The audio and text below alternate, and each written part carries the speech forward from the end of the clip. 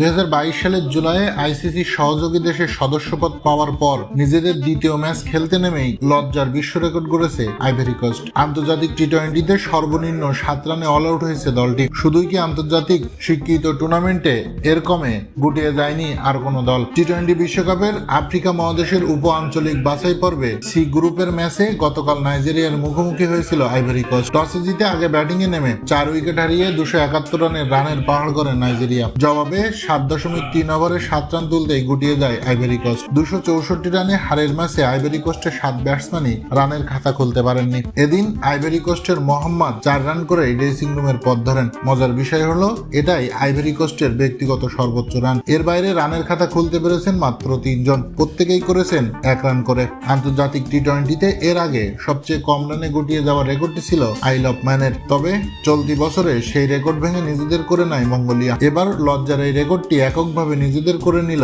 Ivory coast.